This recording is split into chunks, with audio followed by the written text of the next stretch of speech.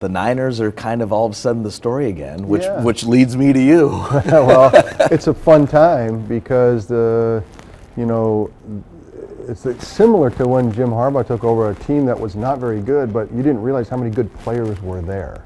And all of a sudden, the last year, you saw when they finally got a coach with Kyle and with John's vision, and what they've done is just huge in just embracing what, the heritage and the full measure of what the Niners are and were.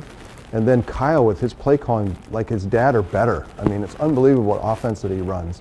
And then all of a sudden you get these players, and they've drafted well, and they got the quarterback with Jimmy. And last year, they didn't win a lot of games, but I don't know, I could feel that they were a pretty good team if they could get healthy.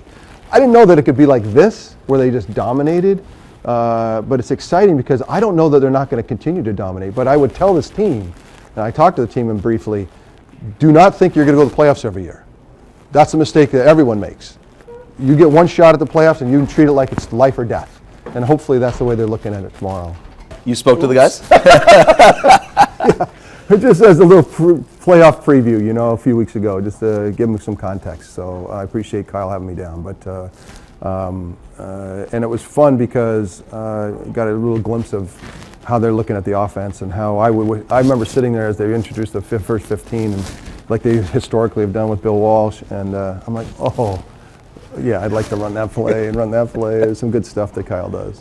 What's special about this team, aside from the X's and O's, aside from the roster and where the guys are from and their dedication, what's special about this team? They have a great locker room. And what I mean by that is the leaders of that locker room are the hardest working guys. The leaders of that locker room have some history. And I can tell, a couple years ago, I told him a story about Ronnie Lott yelling in my face, I got your back at a really pivotal time when no one else would talk to me. Ronnie pulled me aside and looked me in the eyes and said, I got your back, you don't worry about anything.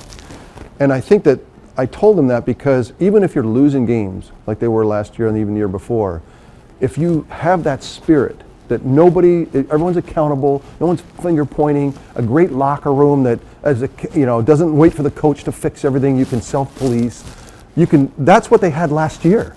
You could feel it. They had a good locker room. And so I thought to myself, they can get healthy and a couple more players. That's the rootedness of why they're 13-3. The rootedness is because they have a great group of guys that self-police. And everything that I talked about a couple years ago, and I got your back, all that stuff, they really exude. And that's why you can call great plays, you can play great defense. In the end, that doesn't win it. The win it is because you got 50 guys that truly back each other.